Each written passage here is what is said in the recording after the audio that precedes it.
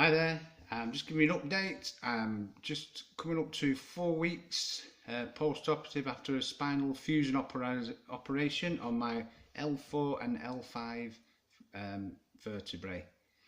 That operation was done on the 5th of August this year, 2017, in the Spire Regency in Macclesfield in England, and I can't praise them high enough. Fantastic place. Anyway, a bit of history prior to the operation. So some 5 months before that, I was having sciatic pain down my right leg, right buttock, right lower back, numbness, resulting in me having to go off work.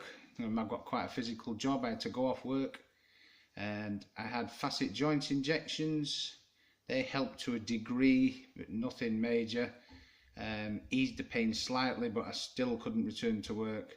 So I was booked in to have the second lot of facet joint injections, and my consultant had also given me the option of having a spinal fusion operation. I opted for the facet joint injections originally. Anyway, between that period, I went to sit down one night very quickly, and bang, pain in my back, and I thought, I made the decision there and then, that is it, I'm having the spinal fusion operation.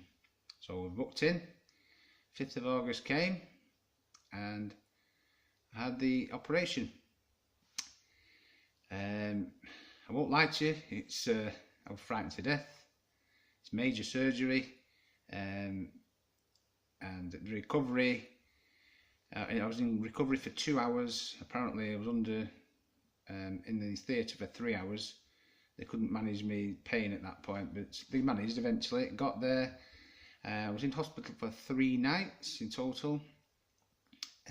Approximately an hour, 2 hours after I was back in my room after the operation, they get you up to go to the toilet to mobilise you, albeit with a frame at that point.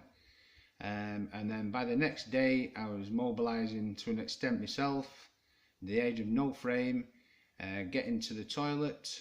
I managed to shower myself the next morning, and they gave me some basic exercises to do. The physio came to see me, just basic exercises in the bed to keep your muscles going. It was all right. Yeah, I was still in pain, but then as the couple of days went on, it was getting a bit easier to the point. So I was getting up, going along the corridor in the hospital, only holding the banister, but I was there. I was getting up and coming back to my room. The only thing, I didn't have any pain in my right leg or my right buttock. Which I did have before. The only thing was the leg was numb, totally numb. I couldn't feel it all the way down, but I could still use it, but I just couldn't feel it. You know, if you put a pin in it, I wouldn't have felt it. And I presume that is because of the nerve damage, you know, because that nerve, sciatic nerve, has been trapped with the herniated disc for some 4 or 5 months. It's going to take time to recover, I presume.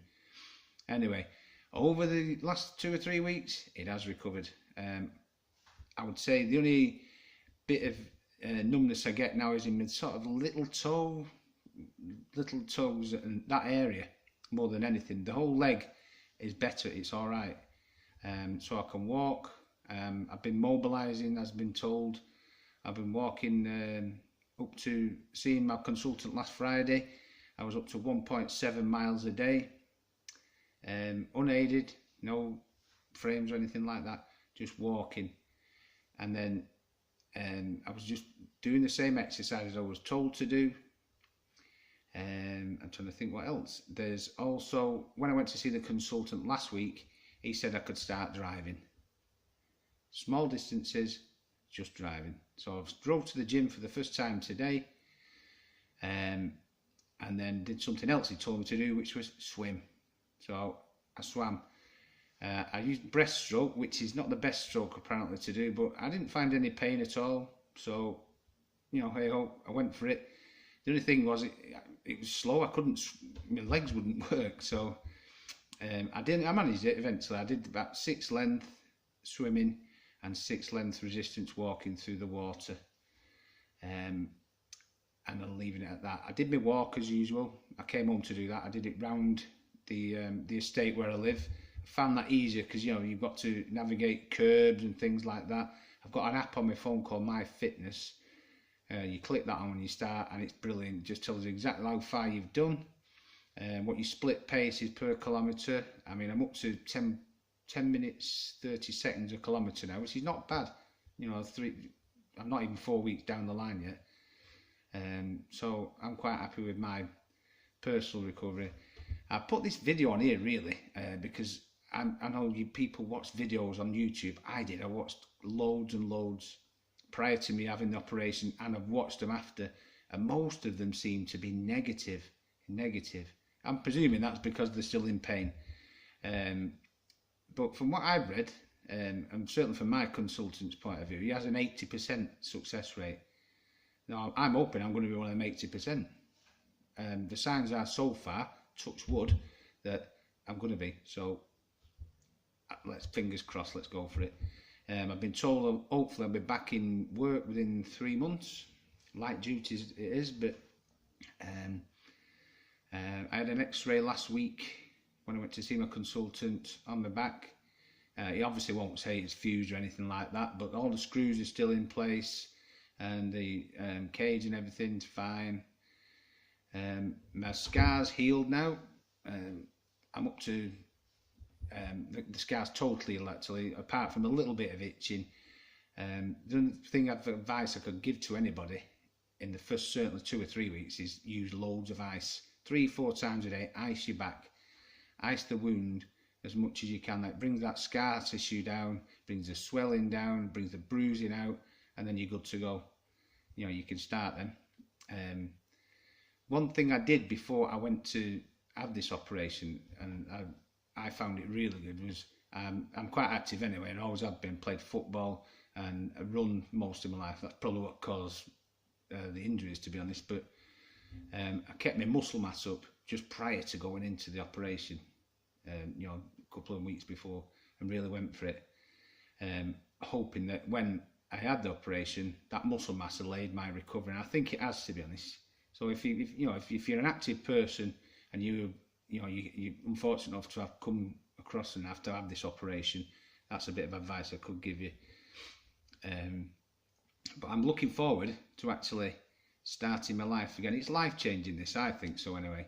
My consultant said, in 12 months, 18 months time, I could start running again. I've made the decision myself now, I ain't going to run. I'm not going to run, because it's going to put impact on the vertebrae and the discs above and below the fused joints. I'm not going to do it. I've only got one spine. I'm 53-year-old nearly. I want to have quality of life. There's other CV stuff you can do. There's swimming, there's cross trainers, bike, cycling. You don't get the same burn, but hey ho, we've got to look after these spines. So that's where I'm up to at the moment. I'm really looking forward to the next 6 weeks, because that's when I see him next, the consultant. I'm hoping, I see my physio on Friday this week. I'm hoping they'll give me some more exercises so I can push on and push myself a bit more. But although I'm still aware I'm not 4 weeks after the operation yet, so you have got to be careful, because as you start feeling better, you think, oh yeah, I can take on the world. You still can't lift. You can bend to a certain extent. I can actually put my shoes on myself. My wife's been putting my shoes on to go for a walk and stuff like that. I can actually bend and put them on now. So it does get better. Keep positive, and hopefully I'll give you an update in 6 weeks when I've seen my consultant, and I'll be more positive. Take care now. Bye bye.